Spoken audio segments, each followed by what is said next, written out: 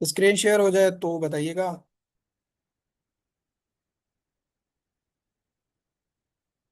आज हमने करने वेटनरी या एनिमल रिप्रोडक्शन के एमसीक्यूज। थ्योरी हमने पढ़ी हुई है, यहाँ पे भी कुछ चीजें न्यू होंगी थ्योरी के लिए, वो भी डिस्कस हो जाएंगी हमारी, और उसके साथ जो हमने पढ़ा हुआ है थ्योरी वो भी रिवीजन हमारी हो जाएगी यहाँ से। रिप्रो के एमसीक्यूज शुरू करते हैं। स्क्रीन मुझे बताइएगा क्लियर है, वॉइस वगैरह कोई इशू तो नहीं?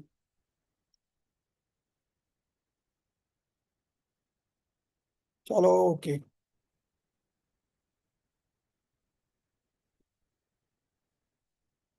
चलो ओके ओके। अच्छा, सबसे पहले क्वेश्चन जो है वो हम डिस्कस करते हैं, उसको थोड़ा हाईलाइट ज्यादा करते हैं। अच्छा, Ferguson's reflexes initiated the release of which hormone at parturition in cows? Option क्या है? Oxytocin, oestrogen, prostaglandin, relaxin. सबसे पहले समझते हैं कि ये फर्गसन्स रिफ्लेक्सेस कहते किसे, तब हमें समझ आएगा। चलो अभी खामोश हो जाओ, मैसेज नहीं करो, ठीक है। अच्छा, फर्गसन्स रिफ्लेक्सेस क्या होते हैं इनको समझते हैं, उसके बाद चीज समझ आएगी कि बिल्कुल क्लियर हो जाएगा। जब फीटस बर्थ के नाल में इंटर होता है, ये याद रखिएगा, जब बर्थ के नाल में इंटर होता है तो उसका जो हेड या फोरलिम रीजन होती है ना, वो सर्वेक्स या वजेना को स्ट्रेच करता है, ठीक है। इस स्ट्रेचिंग से जो है ना एक नर्व स्टिमुलेशन प्रोड्यूस होती है, वो ट्रेवल करती है ब्रेन की तरफ, हाइपोथैलेमस की तरफ, वहां से एक हार्मोन भी रिलीज होता है। और वो कौन सा हार्मोन होता है आपको पता है? ऑक्सीटोसिन हार्मोन होता है, जो यूट्रस की कॉन्ट्रैक्शन करवाता है, ठीक है। यूट्रस की कॉन्ट्रैक्शन अच्छी होगी तो फीटस की फर्दर मूवमेंट जो है वो बर्थ कैनाल तक जो है ना बढ़ जाएगी, और जो सर्वेक्स होता है वो ज्यादा स्ट्रेच्ड होगा। तो इस मूवमेंट को, इस मैकेनिज्म को कहा जाता है फर्गसन्स रिफ्लेक्सेस, ठीक है। और इसमें हार्मोन कौन सा इन्वॉल्व होता है? वेरी गुड, ऑक्सीटोसिन इन्वॉल्व होता है। ऑक्सीटोसिन ये आपने याद रखना है, ठीक है। क्यों? क्योंकि ये सर्वेक्स की जो है ना, क्या कहते हैं, सॉरी, यूट्रस वगैरह की कॉन्ट्रैक्शन करवाता है, तो बर्थ के यहाँ इसको फर्गसन्स रिफ्लेक्सेस को आपने फोर्स से समझना है। ये एक फोर्स होता है, एक प्रेशर होता है जो सर्वेक्स पे पड़ता है। तो सर्वेक्स वहां पे स्ट्रेचिंग करता है, और वहां से नर्व इम्पल्सेस होती हैं, और वहाँ नर्व जो होती है वो ब्रेन में जाके वहां से पोस्टीरियर पिट्यूटरी ग्लैंड से एक हार्मोन रिलीज करवाती है, जिनका नाम है ऑक्सीटोसिन। और हम पढ़ चुके हैं ये पोस्टीरियर पिट्यूटरी से रिलीज होता है, ठीक है। तो यह भी क्वेश्चन आ सकता है पेपर में, आपने याद रखना है, सिंपल ही करके समझा दिया। नेक्स्ट क्वेश्चन क्या है कि abortion in third trimester is usually due to trichomonas, leptospira, brucella, campylobacter या विब्रोसिस, जिसको कहा जाता है।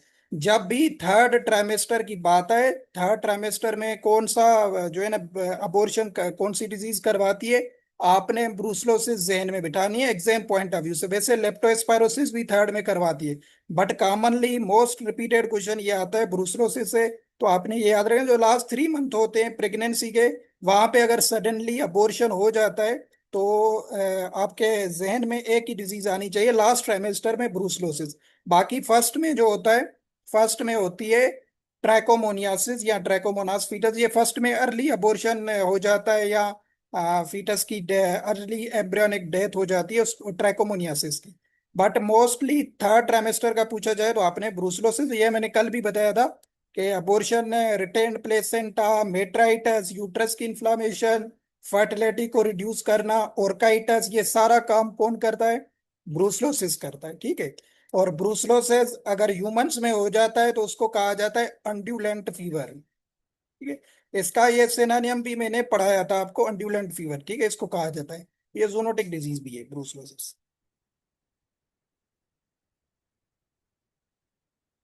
उसके बाद नेक्स्ट क्वेश्चन क्या है कि क्वेश्चन नंबर 4 पे देखते हैं, बेस्ट टाइम ऑफ इंसिमिनेटिंग काऊ कौन सा होता है? काऊ को इंसिमिनेट करने का प्रो स्ट्रेस होता है, मिड स्ट्रेस होता है, मेट स्ट्रेस होता है, या डाई स्ट्रेस होता है? ये भी एमसीक्यूज आपने याद रखना है, ये भी इतना पेपर में चांसेस इसके कम है, बट हम डिस्कस कर लेते हैं। आप सबको आ भी रहा होगा। Yes very good doctor Mustafa, mid stress. अच्छा, मिड स्ट्रेस में आपने याद रखना है, जब भी इंटायर जो हीट हीट पीरियड होता है ना, वो हम, मैंने एग्जाम पॉइंट ऑफ व्यू से यहाँ से एक एमसीक्यूज भी आ चुका है कि इंटायर जो हीट पीरियड्स होते हैं एनिमल के या रूमिनेट के, स्पेशली काऊ के, 24 आवर्स के, ये एग्जाम पॉइंट ऑफ व्यू से बता रहा हूँ, 24 आवर्स के होते हैं। बट एवरेज में 12 to 18 आवर्स के होते हैं। ठीक है, 12 से 18 घंटे वो हीट में रहती है। तो वहां से जो इमीडिएटली तो एग रिलीज नहीं होता। एग रिलीज कब होता है? जब ओव्यूलेशन होती है। और ओव्यूलेशन काऊ में कब होती है? 10 से 12 घंटे after the end of oestrus. Oestrus जब खत्म हो जाती है उसके 10 से 12 घंटे के बाद होती है। तो आपने याद रखना है, अभी जब जो इंसेमिनेशन की जाती है ये मिड ईस्ट्रस में की जाती है। जो ईस्ट्रस वाला पीरियड होता है उसके दौरान मिड में ही की जाती है, मिड टू लेट ईस्ट्रस, ताकि स्पर्म्स ओव्यूलेशन के लिए रेडी हो। क्योंकि ईस्ट्रस का फेज जैसे खत्म होगा तो ओव्यूलेशन स्टार्ट हो जाएगी। तो ओव्यूलेशन से पहले का जो है ना स्पर्म्स का ये कैपेसिटेशन होना लाजमी है। ठीक है, तो जब भी इस फॉर्म में क्वेश्चन आ जाए कि इंसेमिनेटिंग के लिए कौन सा टाइम बेस्ट है, तो मिड ईस्ट्रस होता है। और एएम और पीएम का भी होता है। अगर जो है ना हीट डिटेक्ट होती है मॉर्निंग के टाइम, एएम मॉर्निंग में, तो जो इंसिमिनेशन होगी वो पीएम इवनिंग में होगी। ठीक है, यह भी एक फार्मूला होता है फार्मिंग में। तो मॉर्निंग में अगर हीट की डिटेक्शन हुई है तो मिड स्ट्रेस का पीरियड क्या होगा? इवनिंग तक होगा। तो इवनिंग तक आप इंसेमिनेट कर सकते हैं। अगर इवनिंग में हीट डिटेक्ट हुई है तो नेक्स्ट मॉर्निंग को इंसेमिनेट की जाएगी। ये भी एक फार्मूला यूज किया जाता है, ये भी आपको पता हो। फिर क्वेश्चन करते हैं, 5 नंबर क्वेश्चन भी देखते हैं। ये भी थोड़ा इंपॉर्टेंट है। विच रुमिनेंट हैव डिफ्यूज प्लेसेंटेशन? ठीक है, डिफ्यूज प्लेसेंटा यहाँ पे किस में होती है? कैमल है, बफेलो है, शीप है, कैटल है। तो आपने याद रखना है यहाँ पे डिफ्यूज प्लेसेंटा होती है कैमल में। ठीक है, तो बफेलो, शीप, कैटल, इन तीनों में जो प्लेसेंटा होती है वो होती है कोटिलेडनरी प्लेसेंटा। ये भी हम पढ़ चुके हैं ऑलरेडी। कोटिलेडनरी प्लेसेंटा जो भी रूमिनेट होते हैं उनमें वैसे कैमल सीडो रूमिनेट में आता है। ठीक है, तो ये भी हम पढ़ चुके हैं। ओमेसोम जो स्टमक का कंपार्टमेंट होता है वो कैमल में एब्सेंट होता है, इसको सीडो रूमिनेट कहा जाता है। तो इसमें जो प्लेसेंटा होती है वो होती है डिफ्यूज। और मेयर में पूछा जाए, हॉर्स की जो फीमेल होती है उनमें भी डिफ्यूज होती है। ये भी आपने याद रखना है। मेयर में भी क्या होती है? डिफ्यूज होती है। और वेरी इंपॉर्टेंट है बिच का। बिच का आपने याद रखना है। बिच में अगर पूछा जाए जो है ना प्लेसेंटा कौन सी होती है, वो आपने याद रखनी है, जूनरी प्लेसेंटा। और ये क्वेश्चन आपका 2020 में आ चुका है व्यू में। ये ऑलरेडी मैंने थ्योरी है, वेरी गुड अब्दुल्ला, तो ये मैंने थ्योरी में पढ़ाया हुआ है। तो यहाँ पे आपकी रिवीजन हो गई। तो ये कैमल और मेयर और बिच का आपने याद रखना है। बाकी केटल वगैरह से वो नहीं पूछता है, क्योंकि इन सबका सेम होता है, क्योंकि इनके थोड़े यूनिक नेम है पेपर के हवाले से, तो ये एग्जाम पॉइंट ऑफ व्यू से आ सकते हैं। क्वेश्चन नंबर 6 भी डिस्कस करते हैं। यस, जूनरी वही आ गया ना, कैट्स और डॉग्स में आ गई। क्वेश्चन नंबर 6 में कि post क्वाइटल pyometra is often associated with कौन सी डिजीज के साथ? पोस्ट क्वाइटल पायोमेट्रा होता है ब्रुसलोसिस के साथ, विब्रोसिस के साथ, ट्रैकोमोनियासिस, ट्यूबरकुलोसिस।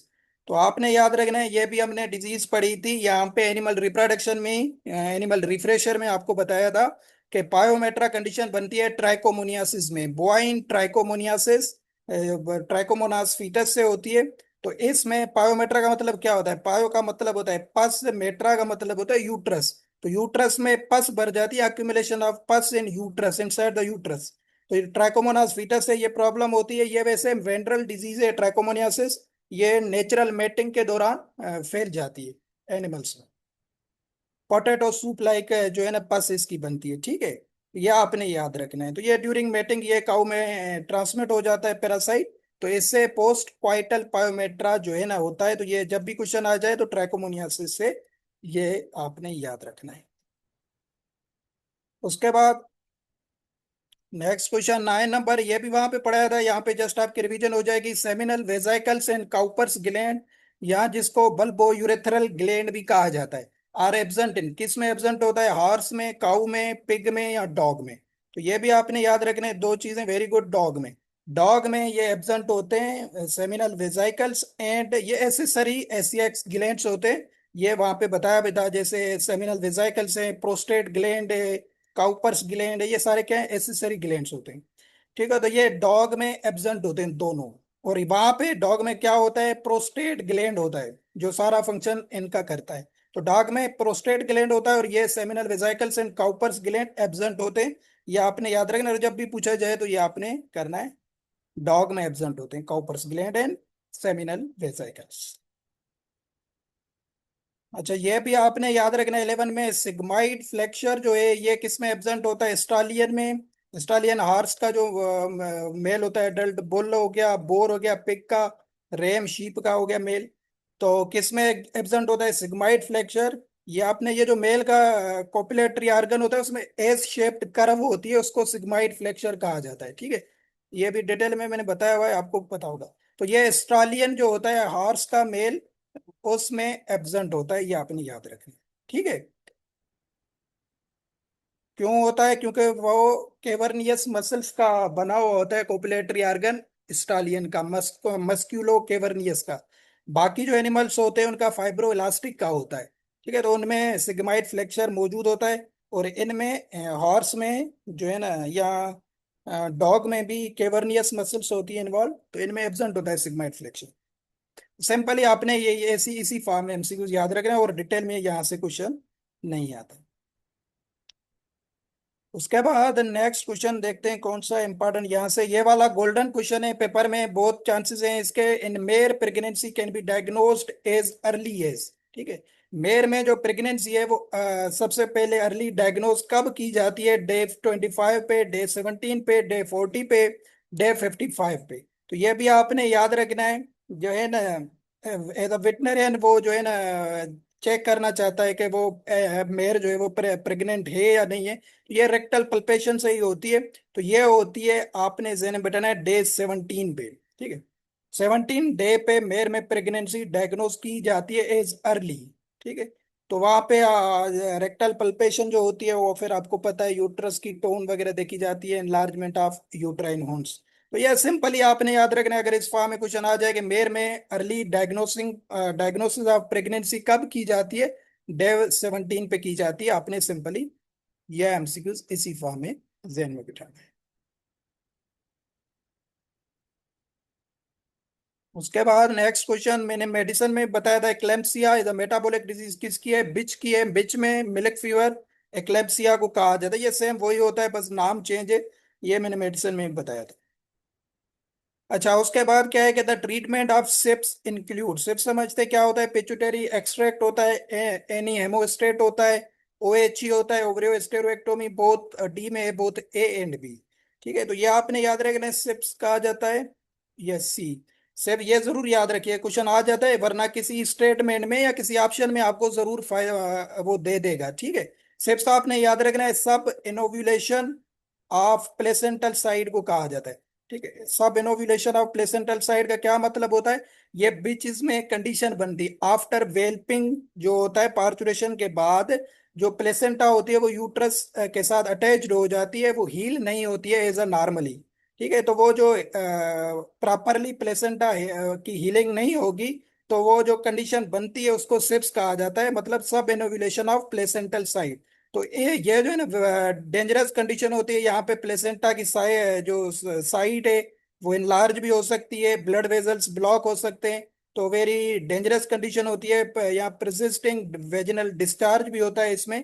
तो इसका एक ही ट्रीटमेंट होता है कि यहाँ पे ओएचई परफॉर्म की जाए, ओवरीज एंड यूट्रस को रिमूव किया जाए, ठीक है, अगर एनिमल को जिंदा रखना है तो, ठीक है। तो ये आपको इस फॉर्म में तो नहीं दे सकता, बट आपको ओएचई के फंक्शन में दे सकता है, ठीक है। बट आपको बस कंसेप्ट क्लियर होना चाहिए, ऑप्शन में ही दे सकता है कि ओएचई जो है ना, जिसे इस दफा भी ओएचई से क्वेश्चन आया था, तो आपको क्लियर होना चाहिए कि ये जो सब इनोव्यूलेशन ऑफ प्लेसेंटल साइड होती है इसके लिए भी ओएचई की जाती है। सिंपली आपने ये समझना है इस स्टेटमेंट से। अच्छा, 20 नंबर क्वेश्चन, ये भी सिंपल क्वेश्चन है। टी शेप यूट्रस जो होता है किस में होता है? मेल में होता है, बिच में होता है, केटल में होता है, और कैमल में होता है। किस में होता है T shape uterus? T shape का मतलब होता है कि इस फॉर्म में ये होता है, ठीक है। तो ये भी आपने याद रखना है, टी शेप यूट्रस किस एनिमल में होता है? मेयर में होता है, वेरी गुड, ठीक है। मेयर में जो होता है वो यूट्रस टी शेप यूट्रस होता है, बाकी काऊ वगैरह में होता है वाई शेप यूट्रस, ठीक है, इस फॉर्म में। तो वाई शेप किस में होता है? काऊ वगैरह में होता है, गोट में भी हो गया, ये रूमिनेट जितने भी हैं इनमें वाई शेप होता है। मेयर में टी शेप होता है, और टी शेप वाला ही पेपर में इंपॉर्टेंट है, टी शेप वाला पूछ सकता है आपसे।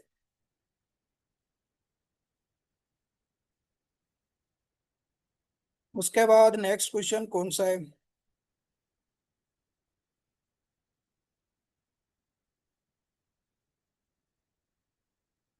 अच्छा ये भी देख लें, प्रोफाइल हार्मोन्स का for behavioural sign of heat, the hormonal profile of cow should be, कौन सा होना चाहिए? जो हीट की साइंस होती हैं काउ में, या बिहेवियरल साइंस जिनको कहा जाता है, उसमें हार्मोन का प्रोफाइल क्या होना चाहिए? प्रोजेस्ट्रॉन कम, ईस्ट्रोजन भी कम होनी चाहिए, low progesterone low oestrogen, high progesterone high oestrogen, low progesterone and high oestrogen. D option है नन ऑफ दिस। ठीक है, very good, C option correct होगा। इसको समझते हैं डिटेल में। तो जो हीट के पीरियड्स होते हैं या बिहेवियरल साइंस होती है एनिमल्स में, तो उसमें आपने याद रखना है क्या होता है, प्रोजेस्टेरॉन कम होता है और ईस्ट्रोजन हाई होता है। क्यों होता है? क्योंकि हीट के पीरियड में एनिमल जो होता है, काउ जो होता है, वो स्टैंड्स टू बी माउंटेड होता है। ठीक है, very good Mushtaba. Strengths to be mountain होता है, वहां पे वो SEX जो बिहेवियर्स होते हैं वो शो करता है या एक्सेप्ट करता है बुल को। तो ये बिहेवियर कंट्रोल्ड होते हैं हार्मोन से। किस हार्मोन से? ईस्ट्रोजन से। तो ईस्ट्रोजन अगर हाई होगा तो वो ग्राफिन फॉलिकल्स या ग्रोइंग फॉलिकल्स जो है वो ज्यादा बनेंगे और हीट के बिहेवियर ज्यादा होंगे। प्रोजेस्टेरॉन आपने याद रखना है, ये इनहिबिट करता है बिहेवियर को। ठीक है, वो कार्पस ल्यूटम जो होता है ना, उसकी सिंथेसिस करवाता है प्रोजेस्टेरॉन। अगर प्रोजेस्टेरॉन ज्यादा होगा तो हीट के बिहेवियर ब्लॉक हो जाएंगे या बिहेवियरल साइंस जो है वो ब्लॉक हो जाएंगे। तो प्रोजेस्टेरॉन कम होना चाहिए ड्यूरिंग साइंस ऑफ हीट या बिहेवियरल साइंस ऑफ हीट के टाइम, और ईस्ट्रोजन हाई होना चाहिए। ये नॉर्मल प्रोफाइल होता है काऊ का हार्मोन्स का। ठीक है, यह आपने याद रखना है। उसके बाद early embryonic death causing infertility problem is due to the trichomoniasis, brucellosis, campylobacters, none of this. तो ये मैंने वहां पे बताया था।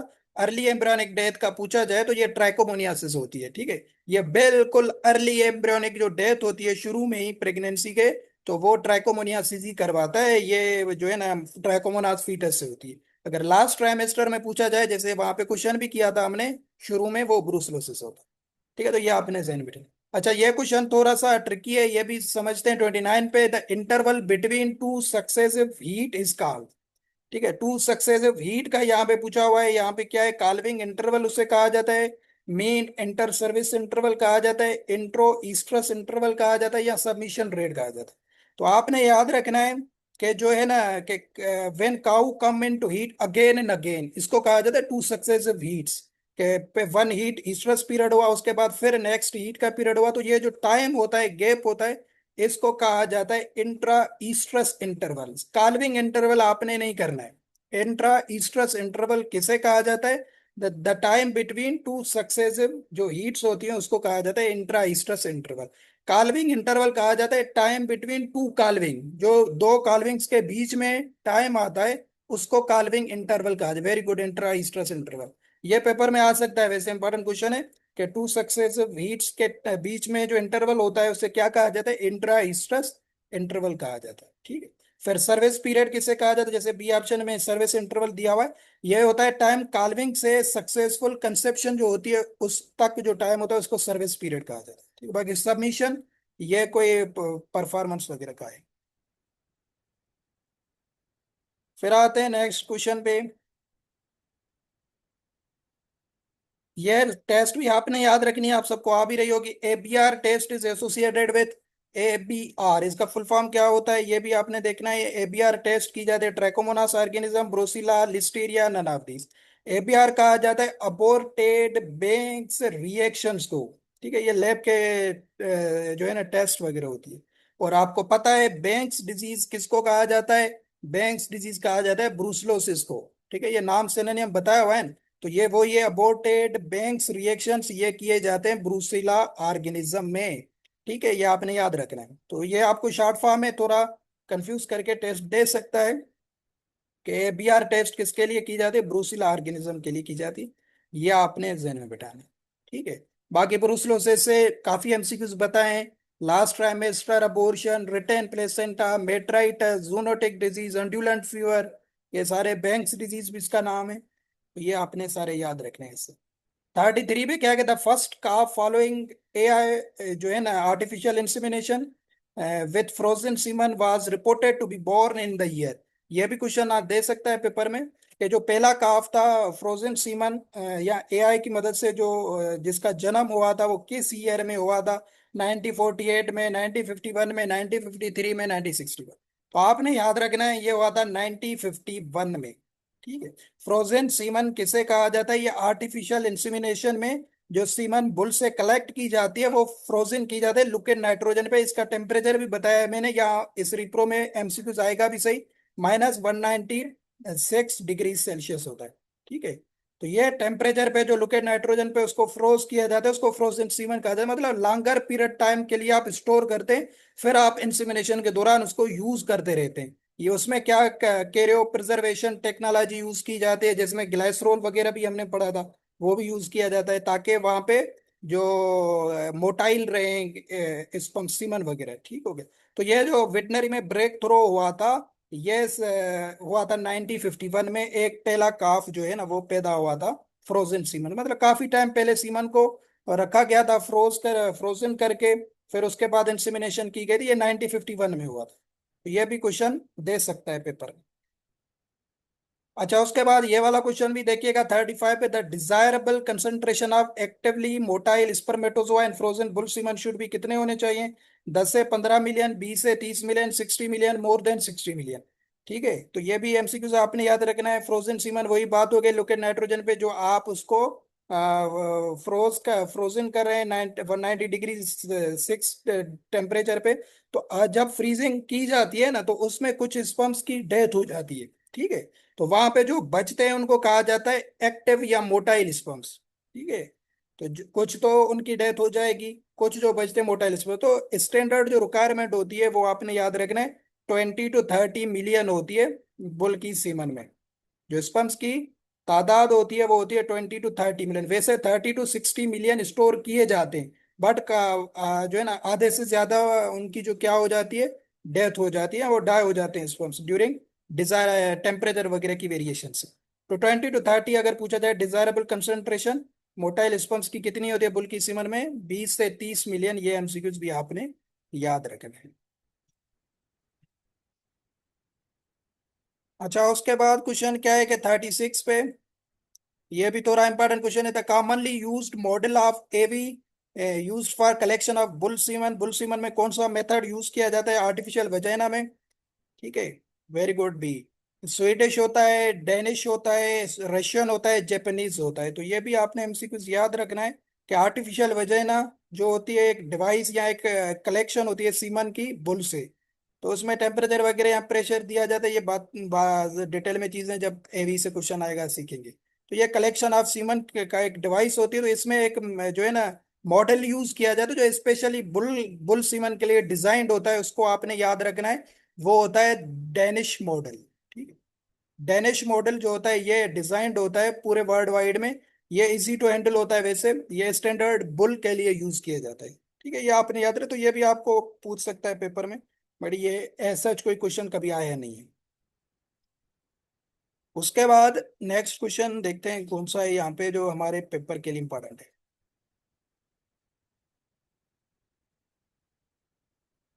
अच्छा, ये भी देख लें, ये भी पेपर में थोड़ा सा घुमा करके दे सकते हैं कि टीजिंग a bull before semen collection में रिजल्ट इन। जब बुल को सीमन कलेक्शन से पहले टीज किया जाएगा तो इससे क्या असर पड़ेगा? सीमन का वॉल्यूम या सीमन का वॉल्यूम इंक्रीज होगा और स्पर्म्स की कंसंट्रेशन रिड्यूस होगी। बी ऑप्शन है कि सीमन का वॉल्यूम भी इंक्रीज होगा एज वेल एज स्पर्म की कंसंट्रेशन भी बढ़ जाएगी। सी ऑप्शन है सीमन का वॉल्यूम रिड्यूस होगा एंड स्पर्म की कंसंट्रेशन भी रिड्यूस हो जाएगी, या इसका कोई इफेक्ट नहीं पड़ेगा। Very good, B option correct होगा। क्या होता है कि जब भी टीज किया जाता है, टीजिंग का मतलब होता है स्टिमुलेटिंग। ठीक है, बिफोर सीमन कलेक्शन अगर आप एनिमल को बुल को टीज कर रहे हैं, स्टिमुलेट कर रहे हैं, उसे कोई डमी काऊ दिखा रहे हैं, उसके बाद जो है ना वहां पे क्या होता है, या फिजिकल स्टिमुलेशन होती है, तो वहां पे ओल्फैक्टरी नर्व्स इन्वॉल्व होती है।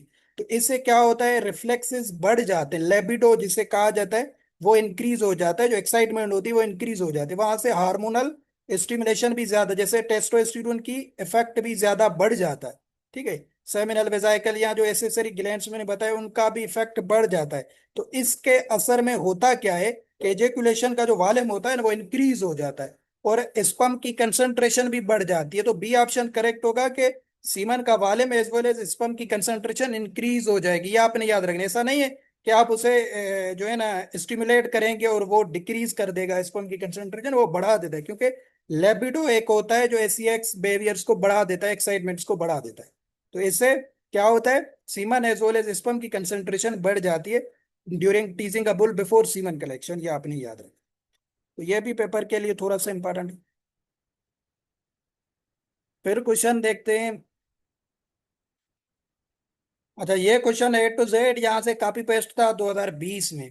ठीक है, ये दिखाया भी है क्वेश्चन यहाँ 2020 का, मैंने ग्रुप्स में भेजा हुआ है पास्ट पेपर जो SPSC का था। उसमें ये क्वेश्चन था कि artificial insemination in mammals was first tried bye, किसने पहले की थी? साइंटिस्ट ने, एवनहोफ ने की थी, लेवेनहोक ने की थी, लुजेरो स्पेल्सी ने की थी, नन ऑफ दिस।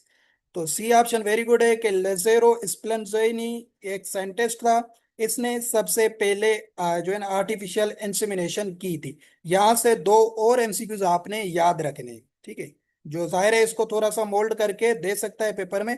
सबसे पहले इसकी नेशनलिटी आपको पता हो, लिजेरो कौन था साइंटिस्ट, कौन से कंट्री से था? तो ये इटालियन साइंटिस्ट था। ठीक है, मतलब ये इटली से था। तो ये पूछ सकता है खुद पेपर में कि लुजेरो स्पेल्सी ने आर्टिफिशियल इंसेमिनेशन की, ही बिलोंग्स टू, आपसे पूछ सकता है कि स्वीडिश था, इटालियन था, तो आपको पता हो इटालियन था। ठीक है, और दूसरा MCQ याद रखना है कि किस स्पीशी पे इसने सबसे पहले की थी आर्टिफिशियल। जाहिर है जब इसने आर्टिफिशियल इंसेमिनेशन की तो कोई ना कोई एनिमल तो यूज किया होगा। तो कौन सा एनिमल यूज किया था ये अभी हमसे, नहीं नहीं मेयर नहीं किया था, मेयर नहीं किया था, ये गलती नहीं करनी। इसने यूज किया था कैनाइन फैमिली। ठीक है, कैनाइन फैमिली याद रखिएगा। ठीक, ये नेक्स्ट क्वेश्चन दिया हुआ है इसने 58 में, बट यहाँ पे वेट स्केल में ये रॉन्ग आंसर है। ठीक है, ये गलती नहीं करनी है आपने इसको। अगर ऐसा क्वेश्चन आ भी गया तो हम इसको चैलेंज भी कर सकते हैं। तो ये एक बिल्कुल सैयद इकबाल की शायद रिप्रोडक्शन की किताब है, मेरे पास पढ़ी है। तो उसमें बिल्कुल वाजिया लिखा हुआ है कि उसने सबसे पहले केनाइन पे किया था। मेल डॉग से उसने सीमन कलेक्ट किए थे, फिर इंजेक्ट किए थे फीमेल डॉग में, तो उससे सक्सेसफुल प्रेगनेंसी हुई थी या बर्थ ऑफ पपीज हुई थी। तो इसने पहले हमने समझना है केनाइन फैमिली पे इसने सबसे पहले जो है ना आर्टिफिशियल इंसेमिनेशन की थी। और ईयर कौन था ये भी आपने याद रख लेना है, अगर क्वेश्चन को और मोल्ड कर दे। 7084 में इसने किया था ये। ठीक है, 7084 में आर्टिफिशियल इंसेमिनेशन इसने परफॉर्म की थी केनाइन फैमिली पे, लिजेरो एस्प्लेंसी ने, और ही बिलोंग्स टू इटली या इटालियन साइंटिस्ट था। ये आपने तीन चार MCQs इससे याद रखने जो पेपर के लिए। बाकी फिर वाल्टन था, एवनोम था, काफी साइंटिस्ट थे, हंटर थे, उन्होंने भी काम किया था। अक्वाइन पे भी हुई थी, बट फर्स्ट किस पे हुई थी? कैनाइन पे हुई थी, ये आपने याद रखनी है। जैसे देखो ना 58 पे उसने क्वेश्चन खुद भी दिया हुआ है कि 58 in which of the following species है वाज फर्स्ट ट्राइड। यहाँ पे वेट स्केल ने सी ऑप्शन किया है, बट ऐसा नहीं है। सबसे पहले जब लुजेरो ने किए तो लुजेरो ने केनाइन यूज किया था, जो है ना डॉग और बिच वगैरह यूज किए थे। ठीक है, तो ये आपने गलती नहीं करनी। अच्छा, उसके बाद क्वेश्चन क्या है देखते हैं। 59 पे भी क्वेश्चन एक है इंपॉर्टेंट। 59 क्वेश्चन है कि the first method of collection of semen is performed by, किस मेथड के थ्रू परफॉर्म किया गया था ये? ऑप्शन क्या है? Fistula method, swab method, artificial vagina method, electro education method. ठीक है, very good, B option correct होगा। स्वेब मेथड जो है ये परमेटिव जो है ना फॉर्म, एक मिनट इसको हटा दें। तो ये कलेक्शन के लिए आपने याद रखना है, सीमन कलेक्शन के लिए अर्लीस्ट जो मेथड यूज किया जाता था ना, ये कॉटन क्लॉथ डिवाइस भी है, सोएब मेथड इसको कहा जाता है। तो ये कॉटन का यूज किया जाता था कलेक्शन ऑफ सीमन में। ठीक है, तो वो फीमेल रिप्रोडक्टिव ट्रैक्ट से आफ्टर मेटिंग सीमन को रिकवर किया जाता था सोएब मेथड से। ये ओल्ड मेथड है, स्टैंडर्ड मेथड नहीं। अभी जैसे यूज होता है आर्टिफिशियल वजाइना मेथड, तो ये पुराना ही पूछ रहा है, फर्स्ट मेथड पूछ रहा है, तो तब हमें इसका ऑप्शन स्वयं मेथड करेंगे। अगर अभी का पूछेगा तो वो मॉडर्न या स्टैंडर्ड फॉर्म में कौन सा यूज किया जाता है? अभी आर्टिफिशियल वजेना यूज किया जाता है मोस्ट प्रोबेबली। ठीक है, तो फर्स्ट अगर पूछा जाए जब भी, तो स्वयं मेथड आपने याद रखना, ये कॉटन मेथड भी इसको कहा जाता है।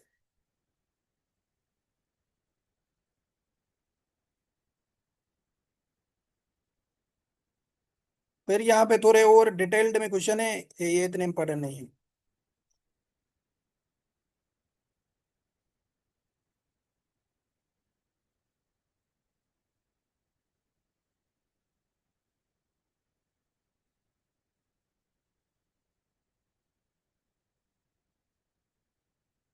अच्छा, ये क्वेश्चन याद रखिएगा, वहां पे शायद हमने पढ़ा या नहीं पढ़ा था थ्योरी में। The fertile life span of sperm and ova in mare's reproductive tract, cattle cow in sorry sheep जो है ना या गोट्स है, इनसे ज्यादा मेयर का ये वेरी इंपॉर्टेंट है कि इनमें जो स्पर्म और ओवा की फर्टाइल लाइफ है वो कितनी होती है, ये याद रखना वेरी इंतई में पेपर के हवाले से, ठीक है। कि स्पर्म्स मेयर में कितना सर्वाइव करते हैं और एग्स जो है वो कितना टाइम तक जो है ना मोटाइल रहते हैं या फर्टाइल रहते हैं। तो 30 to 48 आवर्स, मतलब 30 to 48 का मतलब है स्पर्म, क्योंकि और दूसरी बात यहाँ पे मैंने एक चीज पहले भी बताई थी कि वो जो चीज पहले पूछ रहा है ऑप्शन में भी आपने वही देखनी है। जैसे इस फॉर्म में क्वेश्चन आ गया ना, दो चीजें वो पूछ रहा है, स्पर्म और ओवा की जो है ना यहाँ पे फर्टाइल लाइफ हमसे पूछ रहा है। तो ऐसा नहीं है कि आप पहले ओवा वाला ऑप्शन करें, आपने पहले देखना है ऑप्शन में स्पर्म, फिर उसके बाद ओवा। जैसे यहाँ पे 30 to 80 आपने समझना है कि ये स्पर्म्स की फर्टाइल लाइफ दी हुई है, और 20 to 24 आवर्स दी हुई है ये ओवा की दी हुई है। ये जरूर ध्यान देना है, क्योंकि ये कभी कभी स्टेटमेंट इस फॉर्म में आ जाती है। यहाँ पे जो है ना इसको थोड़ा सा वो उल्टा करके भी लिख देता है, 24 आवर्स को पहले लिख देगा, स्पर्म्स को बाद में लिख देगा। तो बात ऑप्शंस की होती है, जो आपने देखनी है कि उसने पोजीशंस कौन कौन सी यूज की हुई है। सबसे पहले स्पर्म्स ओवा, ठीक है। तो यहाँ पे 30 to 48 से स्पर्म्स का है, 20 to 24 आवर्स ओवा, 24 to 72 hours sperms and 8 to 10 hours ओवा है। 30 to 38 स्पर्म्स हो गए, 6 to 8 आवर्स रिस्पेक्टिवली। देखें सी ऑप्शन में 6 to 8 दिए हुए, और 6 to 8 आवर्स ओवा की फर्टाइल लाइफ होती है मेयर में। बट आपने याद रखना है स्पर्म्स जो होते हैं वो 72 to 120 आवर्स तक जो है ना जिंदा रहते हैं मेयर के केस में। 72 to 120 आवर्स और 6 to 8 hours O R respectively, ये आपने इनकी याद रखनी है जो है ना। तो मेयर का जो यूट्रस या ओविडक्ट होता है वो गुड एनवायरनमेंट प्रोवाइड करता है स्पर्म्स को, वो वायबल रहते हैं अंटिल ओव्यूलेशन अकर्स। ठीक हो गया। और ए का कितना होता है, एक होते हैं 6 to 8 आवर्स ओनली, ठीक है। तो ये आपने याद रखना है, और पेपर के लिए ये इंपॉर्टेंट है। ये अलग करके भी पूछ सकता है, ऐसा भी पूछ सकता है कि मेयर के रिप्रोडक्टिव ट्रैक में स्पर्म्स की फर्टाइल लाइफ कितनी है, 72 to 120 डेज आपने याद रखना है, ठीक है। 3 to 5 डेज ये होंगे, ठीक है। अगर डेज में बात करें तो 3 to 5 डेज ये होंगे, ठीक है। ये आपने याद रखना। उसके बाद क्वेश्चन क्या है नेक्स्ट, 88 क्वेश्चन है कि इन cow maternal recognition and implantation of embryo usually occurs by the day of 12 से 18 घंटे रिस्पेक्टिवली, ठीक है। 12 से 13 और से and 16 hours respectively, 15 to 17 and 80 to 22 hours respectively, 14 to 60 hours. अभी मैटरनल रिकॉग्निशन क्या होती है ये मैंने वहां पे बताया था। काउ में जो मैटरनल रिकॉग्निशन होती है वो होती है 15 to 17 आवर्स तक, ठीक है। और जो इम्प्लांटेशन होती है जहाँ पे अटैच्ड हो जाता है एम्ब्रियो यूट्रस के साथ, वो होता है 18 से 22 घंटे, ठीक है। तो ये आपने जरूर याद रखना है। फिर दोबारा इसको जल्दी जल्दी में रिवाइज करवा देता हूँ, ऐसे 1 मिनट भी बचे। मैटरनल रिकॉग्निशन क्या होता है, जब एम्ब्रियो सिग्नल सेंड करता है मदर को, ठीक है। वो क्या होता है, वो रिग्रेस करना शुरू करती है कार्पस ल्यूटम को, मतलब प्रिवेंशन हो जाती है, ताकि कार्पस ल्यूटम बन सके। कार्पस ल्यूटम बनेगा तो क्या होगी, प्रेगनेंसी होगी। तो इसलिए वो एम्ब्रियो सिग्नल भेजता है मदर को, इसको कहा जाता है मैटरनल रिकॉग्निशन, ठीक है। इंटरफेरॉन यूज किए जाते हैं, इसमें सिग्नल इन्वॉल्व होते हैं, ये मैंने बताए थे। जैसे 100 में 2018 में क्वेश्चन आया था मैटरनल रिकॉग्निशन में कौन से सिग्नल्स इन्वॉल्व होते हैं, ईस्ट्रोजन के होते हैं, ठीक है।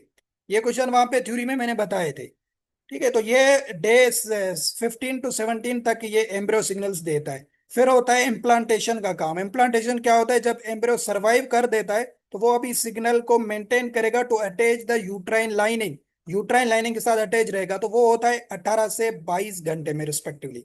तो सी ऑप्शन करेक्ट होगा। मेटरनल रिकॉग्निशन 15 से 17 घंटे की होती है, और जो यूट्रस अटैच्ड होता है, एम्ब्रियो अटैच्ड होता है यूट्रस के साथ, वो 18 से 22 घंटे में होता है, ठीक है। तो यहाँ तक हमने क्वेश्चन किए। अगर आप चाहेंगे तो हम नेक्स्ट क्लास करेंगे, वरना आज यहाँ पे करेंगे, क्योंकि हमारी